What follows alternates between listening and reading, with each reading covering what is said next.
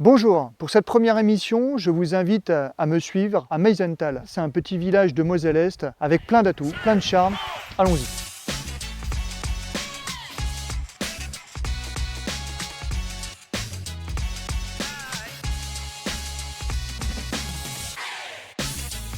Avec cette émission, je vais vous emmener sur les lieux qui entreront dans l'histoire des Jeux Olympiques et Paralympiques de Paris 2024. À chaque fois, nous rencontrerons les acteurs des territoires qui accueilleront le relais de la flamme olympique en juin prochain. Faisons ainsi entrer notre département labellisé Terre de Jeux dans l'histoire des Jeux Olympiques. Mon nom est Stéphane Moliens, athlète paralympique médaillé d'or aux Jeux de Rio et de Tokyo.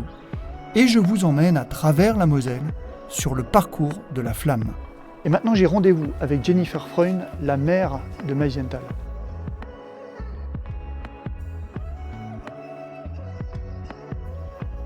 Ah, Jennifer. Jennifer, bonjour. Bonjour. Vraiment, je suis ravi que tu nous accueilles ici au sein de ta commune. J'ai le sentiment que Meisenthal est une commune bien au-delà de ce qu'il existe sur le site Verrier. C'est dynamique. Très dynamique, surtout depuis la réhabilitation du site Verrier qui a connu une renaissance, un nouveau rayonnement. Avant, l'entreprise a fermé en 1969 et embauché jusqu'à 650 salariés, sachant qu'actuellement nous sommes à peu près 700 habitants.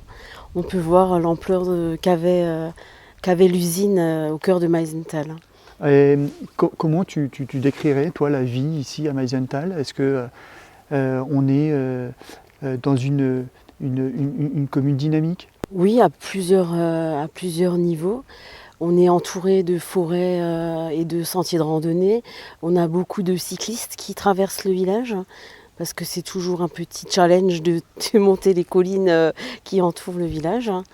Alors tu me parles évidemment du dynamisme de la commune, mais est-ce que tu peux me parler aussi des projets peut-être que la commune a sur les prochaines années?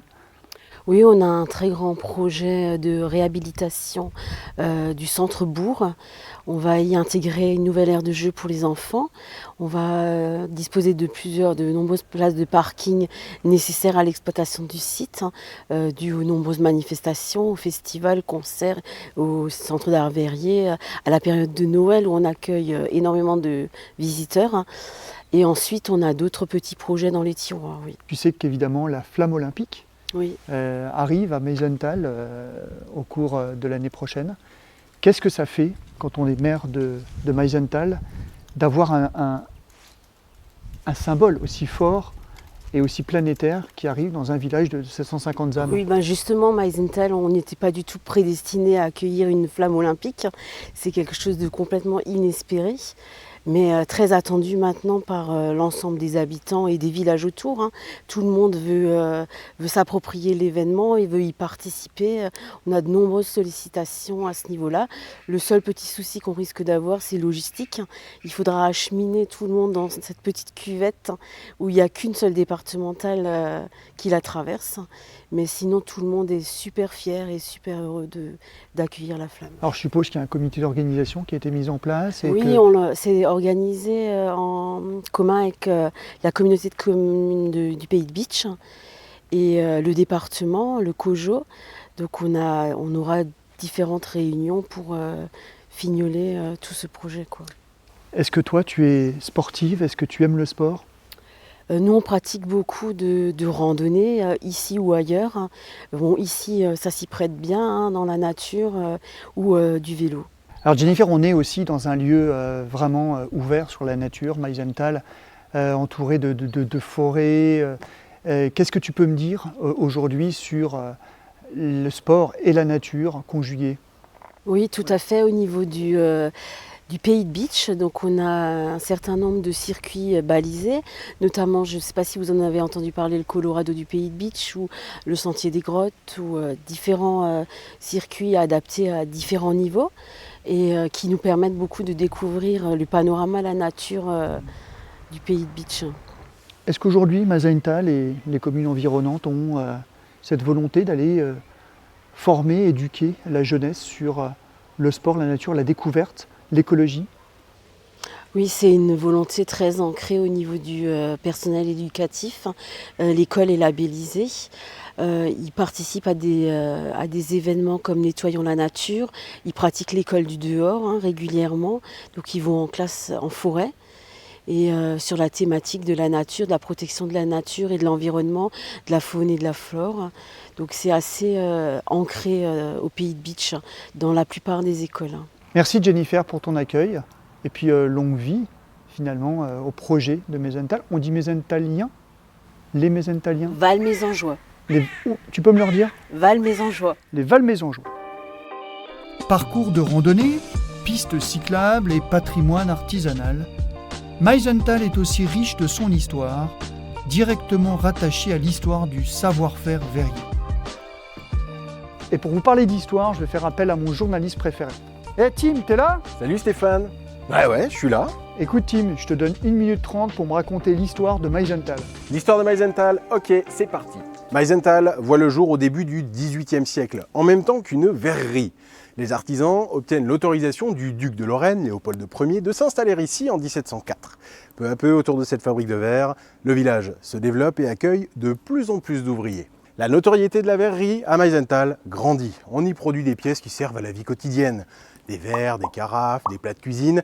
Et durant le 19e siècle, une collaboration avec l'un des maîtres de l'école de Nancy, un important mouvement artistique, permet à Meisenthal d'asseoir encore un peu plus sa réputation. Ici, en fait, c'est un peu le berceau du verre Art Nouveau. Au XXe siècle, la verrerie compte à son apogée plus de 600 salariés, pas mal quand même. Mais la mécanisation de l'industrie finit par avoir raison de ce site historique artisanal. Alors, en 1969, les derniers salariés sont licenciés et peu à peu, le village s'endort. Mais c'est pas fini. En 1978, une exposition est organisée dans les bâtiments désaffectés. C'est un succès. Alors on décide de transformer ce lieu en musée du verre, un musée qui ouvre en 1983 et qui permet de découvrir la technique ancestrale du soufflage de verre. En 1992, les politiques locaux fondent le CIAV, Centre international d'art verrier. Le but, préserver l'héritage technique et ce savoir-faire en Moselle. Entièrement rénové en 2022, ce site ouvre un nouveau chapitre de son histoire. Et c'est aussi un véritable lieu de culture. Il accueille des concerts dans l'ancienne halle et c'est ici aussi qu'est créée la fameuse boule de Meisenthal. Tout un symbole puisque, selon la légende, la boule de Noël est née ici au milieu du 19e siècle. Bref, Meisenthal, toute une histoire et une histoire symbolisée aussi par un savoir-faire. Et c'est cette commune qui se retrouve aussi sur le parcours de la flamme. Et voilà pour l'histoire de Meisenthal, j'espère que ça te va. Merci Tim, comme d'habitude c'était parfait. Allez, on continue la visite. Après cette rapide présentation, allons découvrir ce fameux centre international d'art verrier de Meisenthal, l'un des temples du savoir-faire mosellan. J'ai rendez-vous avec Yann, le directeur des lieux.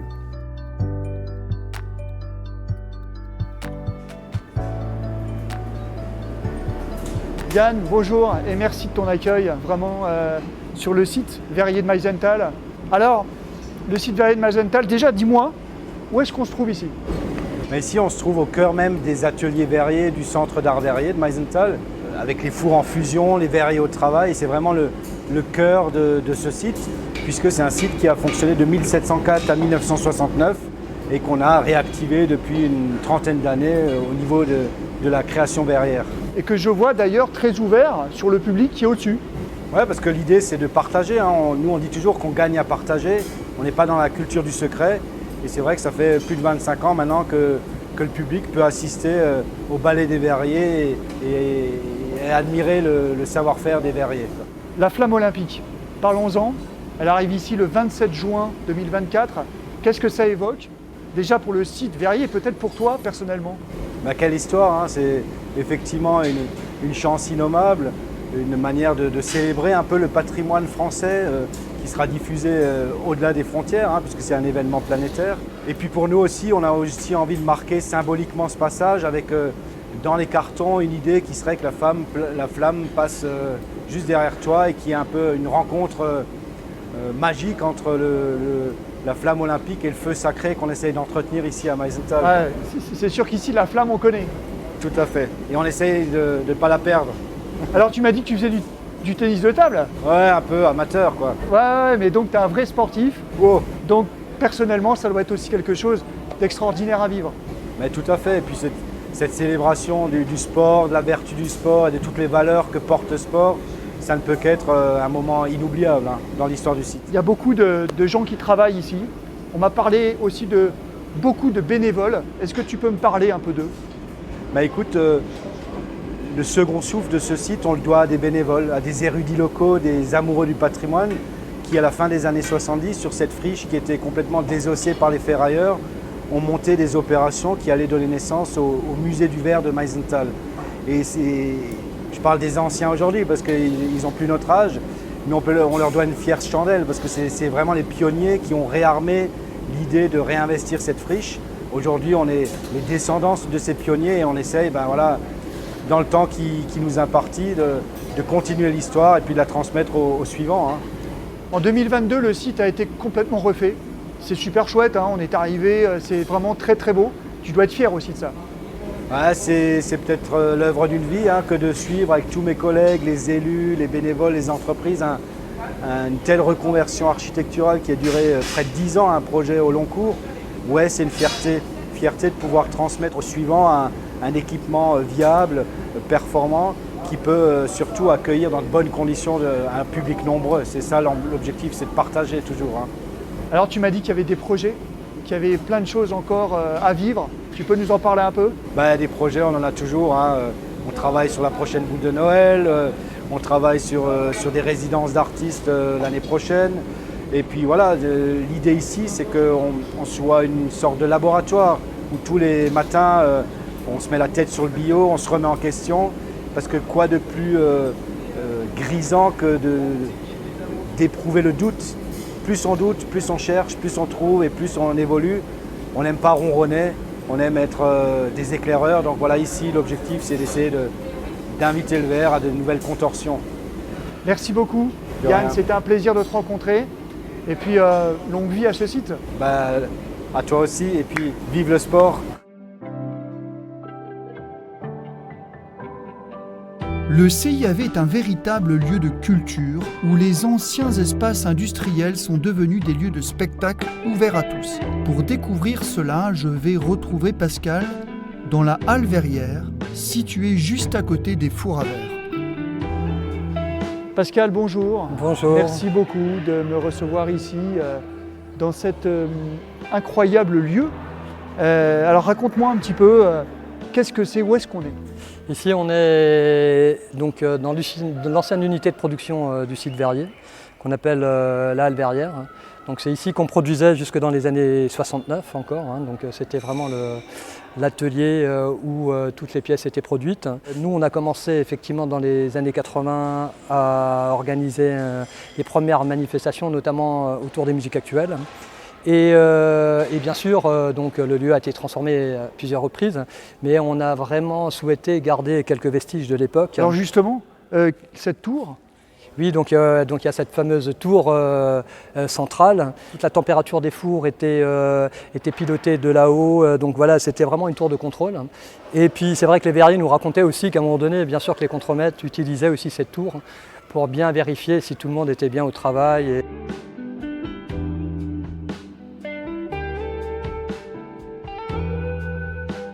Et puis, il y a le vestige de ce four. Et puis voilà, il y a ces fours, donc, alors qu'ils sont encore relativement en bon état, qui ont été préservés. Donc, il faut savoir que là encore, c'est plutôt des éléments, des vestiges de l'époque qui sont vraiment intéressants et importants d'avoir conservés. Donc tout simplement pour garder un peu l'histoire du lieu. C'est vrai que c'est un bel objet. Et puis en même temps, par rapport au fonctionnement actuel, c'est quelque chose qui s'intègre parfaitement bien et ne gêne aucunement à l'organisation de spectacles, même de grande ampleur ici. Alors tu vas m'emmener dans deux autres lieux qui sont un peu mythiques des halles, enfin de la halle, pardon. Je te suis ? Allons-y. Pascal, ici on est encore une fois dans un lieu un peu magique et carrément original. Oui, alors ici on est dans le bar de la halle, qui sert, c'est surtout un lieu convivial dans le cadre du circuit touristique. Donc les personnes qui le souhaitent peuvent s'arrêter ici, boire un verre, prendre un verre et manger peut-être un morceau. Mais c'est pas que ça. Oui, on l'utilise également justement pour tous ces concerts découvertes de petites jauges, 120, 130 places. On installe une scène ici et ça permet à tous ces jeunes groupes à un moment donné de pouvoir s'exprimer dans des conditions professionnelles quand même. Parce que le matériel est le même que dans la boîte, on le déplace ici et donc on est vraiment sur quelque chose de très sympathique parce qu'il y a la proximité avec le public et il y a les conditions de concert qui sont assez exceptionnelles également, quoi. Pascal, tu me parles de la boîte noire. Je te propose que tu m'y emmènes. Allons-y. Alors on y va.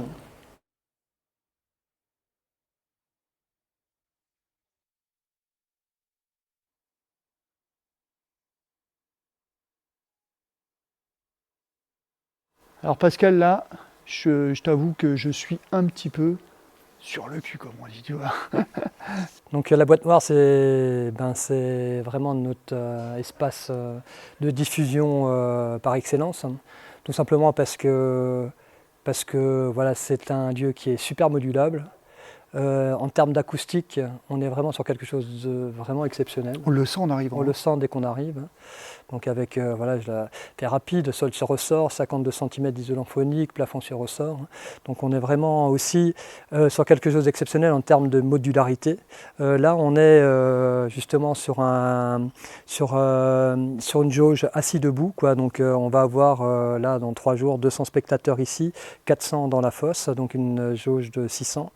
On peut tout effacer, tous ces gradins s'effacent derrière la passerelle arrière et donc on transforme le lieu en 900 debout et on peut avoir aussi une jauge assise de 400 ici.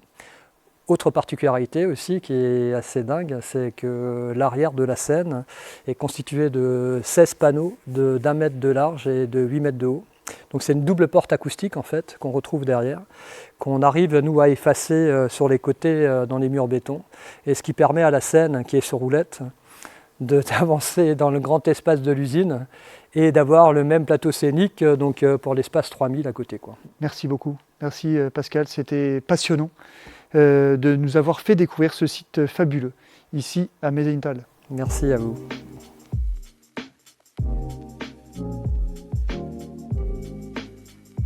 Juste en face du musée et du bar du centre d'art Verrier, je retrouve David Suc, vice-président du conseil départemental et président de la communauté de communes de Bitche. Monsieur David Suc, bonjour. Bonjour. Bonjour, je suis ravi qu'on se rencontre. Dites-moi, on est ici à Meisenthal, on est un peu chez vous, département de la Moselle que vous représentez ici. S'investit beaucoup sur le site. Le département s'investit beaucoup pour l'ensemble des sites de Moselle, pour l'ensemble des Mosellanes et des Mosellans. Le département, en définitive, s'engage fortement à la fois pour l'attractivité, la qualité de vie et les équipements au service de ces populations. Et donc, naturellement, le site Verrier de Meisenthal a eu un soutien fort du département, à la fois parce qu'il concourt à l'attractivité, parce que c'est un lieu magnifique sur le plan architectural, mais magnifique sur le plan humain, puisqu'à la fois on a la conjugaison de l'apprentissage, ces premiers gestes verriers qu'on transmet ici de génération en génération, parce qu'on y découvre l'art verrier qui, ici, sur ce sol, a démarré en 1704, et puis parce que dans la boîte noire, parce que dans l'ancienne verrerie, évidemment, on accueille des milliers de festivaliers, des dizaines d'expositions, avec évidemment une programmation tout à fait exceptionnelle qui nous est proposée par le CADAM. On est un peu un centre névralgique, à la fois culturel, artisanal. C'est une fierté pour le département de la Moselle. C'est une fierté pour le département de la Moselle, c'est une fierté pour les habitants, mais c'est surtout la démonstration que d'une friche peut jaillir un avenir, peut jaillir des missions nouvelles, et puis surtout d'une friche peut renaître évidemment des savoir-faire qu'on imaginait oubliés, mais qui en définitive, avec ce croisement du regard entre les designers, entre les jeunes générations, entre les anciens verriers, démontre toute sa capacité de produire. Et puis c'est avant tout un site économique. Ici, sur ce site, nous avons près d'une 50aine de collaborateurs, ce qui est la démonstration aujourd'hui qu'on arrive aujourd'hui, lorsqu'il y a une volonté forte des collectivités, du département, de la région, de l'État, mais je crois forte du territoire, on arrive à dégager évidemment des projets ambitieux. Alors vous n'êtes pas sans savoir que la flamme olympique va passer par Meisenthal sur ce site-là. Le président Patrick Weiten tient beaucoup évidemment à mettre la Moselle au centre de cette organisation olympique et paralympique qui va se passer en France l'année prochaine. Comment vous voyez un petit peu les choses? Ça va être une grande fête, je suppose, non? Ça va être une fête. La Moselle s'est engagée fortement, et on le sait, et on le reconnaît volontiers à l'égard du président Weyten, pour que le passage de la flamme passe par la Moselle. Ouais. Et si nous avons un passage dans les villes et villages de Moselle, c'est avant tout parce que le département, depuis longtemps, s'engage dans cette voie-là. Moselle Terre de Jeux, on était un des premiers départements à être labellisé, une volonté forte et farouche de démontrer que nos jeunes publics, que nos populations doivent pouvoir saisir l'occasion historique d'être spectateurs, d'une part, mais surtout acteurs. Et acteurs au niveau des territoires, au niveau des entreprises, au niveau des élèves, que ce soit du secondaire ou du primaire. Et donc la flamme passera à Meisenthal, et nous sommes en étroite collaboration avec le département pour organiser à la fois la venue, organiser les flux, et puis surtout ensuite avoir une programmation autour de ces jeux qui permettent aussi aux gens de se retrouver, de pouvoir profiter.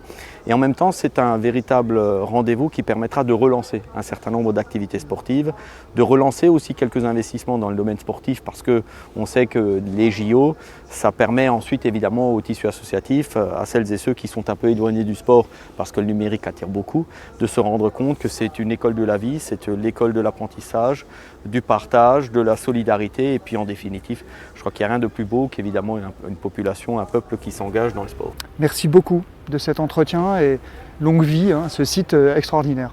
Il n'y a pas de raison. Vous savez, ici, l'histoire continue. Merci beaucoup. Je vais maintenant me promener à Meisenthal pour découvrir un peu plus ce village mosellan, et je vais rencontrer une commerçante qui, d'une certaine façon, est liée au monde du sport. Alors vous savez que dans le milieu du sport, la récupération est très importante pour être performant. C'est pour ça qu'aujourd'hui, j'ai décidé à la rencontre de Jennifer, qui est naturopathe, et qui va nous raconter un petit peu ce qu'elle fait ici, dans sa boutique. Salut Jennifer. Salut. Comment ça va? Bien, et chez toi? Écoute, merci de ton accueil, je suis ravi de venir chez toi. Raconte-nous un petit peu Plaisir. où on est. Alors là, vous êtes dans ma boutique. Je suis naturopathe et j'ai choisi de faire une petite boutique avec des produits naturels, des produits de soins, des compléments alimentaires. Et je pratique également des massages. Donc, la naturopathie, pour faire simple, c'est une technique de soins non conventionnelle qui permet d'améliorer le bien-être des gens. Ouais. Et... D'accord, bon, et puis le lien, avec le sport, parce que moi, tu vois ce que je disais, j'étais sportif, je sais ce que c'est un petit peu le besoin de récupérer, d'avoir des moments de relaxation, de détente. Et tu m'as dit, eh bien moi je travaille avec des sportifs. Ah oui, alors tout à fait, la naturopathie, ça va vraiment permettre d'optimiser les conditions physiques du sportif. Donc comme pour toute personne, on va s'adapter de façon personnalisée. Donc en prévoyant un bilan de santé qui va permettre de voir quelles sont les améliorations possibles sur le plan de l'alimentation. Bon, de l'activité physique, ça, pour les sportifs, en principe, il n'y a pas de souci. Et également de l'hygiène de vie en général. Donc ça va être la gestion du stress, du bien-être, et donc en proposant aussi des compléments. Alors toi, tu m'as dit que tu faisais de la course à pied, du VTT, c'est ça. Sport de nature. Voilà, tout à fait. Évidemment, dans les contrées de Meisenthal. Ah oui, on a des coins super en forêt qui permettent vraiment de se ressourcer. Et ça, c'est vraiment une grande chance qu'on a. Merci beaucoup, Jennifer. Au plaisir. Pour le dernier arrêt de notre découverte de Meisenthal, nous allons rencontrer l'un des lieux sportifs de la commune et sa dépote.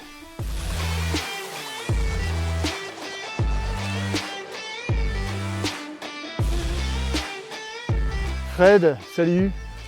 Salut, comment vas-tu? Ça va bien, merci, c'est sympa. Alors dis-moi, je suis sur une piste de karting, quoi, c'est ça? Tout à fait, ouais. Tu es sur la piste de karting du circuit de karting de Meisenthal. Ouais. Donc voilà, c'est une piste de kart qui est maintenant là depuis quasiment, on va dire, plus de 20 ans. Et voilà, comme tu peux le voir, on est dans un super beau cadre. Combien de distance? Alors la distance, elle fait 750 mètres, la piste de karting. C'est par rapport aux pistes classiques, c'est... Piste classique, on est dans la moyenne, on va dire. Ouais. On est dans une bonne moyenne pour de la locative, on est dans une bonne moyenne. D'accord. Dis-moi, Fred, t'accueilles qui ici? Alors ici, on accueille beaucoup en particulier, on va dire, notre plus grande clientèle, ce sont les particuliers. Des gens qui viennent rouler pour se faire plaisir, pour se défouler un peu. Après, on a énormément beaucoup d'entreprises, des entreprises de la région qui viennent faire des séminaires sur des journées complètes. Donc du coup, on a la capacité d'accueillir énormément de personnes. J'ai vu que tu avais un super barbecue en plus. Voilà, on en a 2 beaux barbecues, plus encore on met à disposition des frigos, on travaille avec des traiteurs de la région, donc on est en en phase d'accueillir beaucoup de monde. Donc, Tu m'as dit que vous faisiez aussi un espace de formation pour les enfants voilà, ou les ados. Tout à fait, ouais. Pendant la période estivale, donc tout le mois de juillet, tout le mois d'août, tous les mardis après-midi, on dispense par un de nos collègues qui a le diplôme de pilote automobile, qui dispense des cours de pilotage pour nos jeunes pilotes.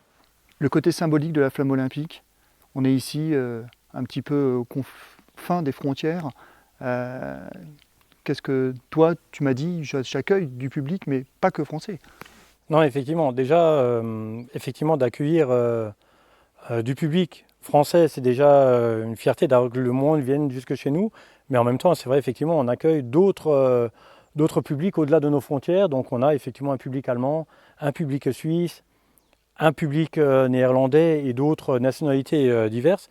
Et c'est vrai que le fait d'accueillir cette flamme olympique ici, dans notre région de Meisenthal, je trouve que c'est vraiment une grande fierté pour tous nos habitants et toute cette belle région, quoi.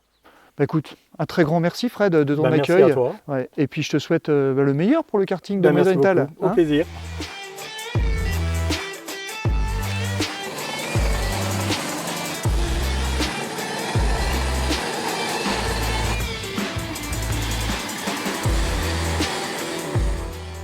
Nous venons de le découvrir tout au long de cette émission.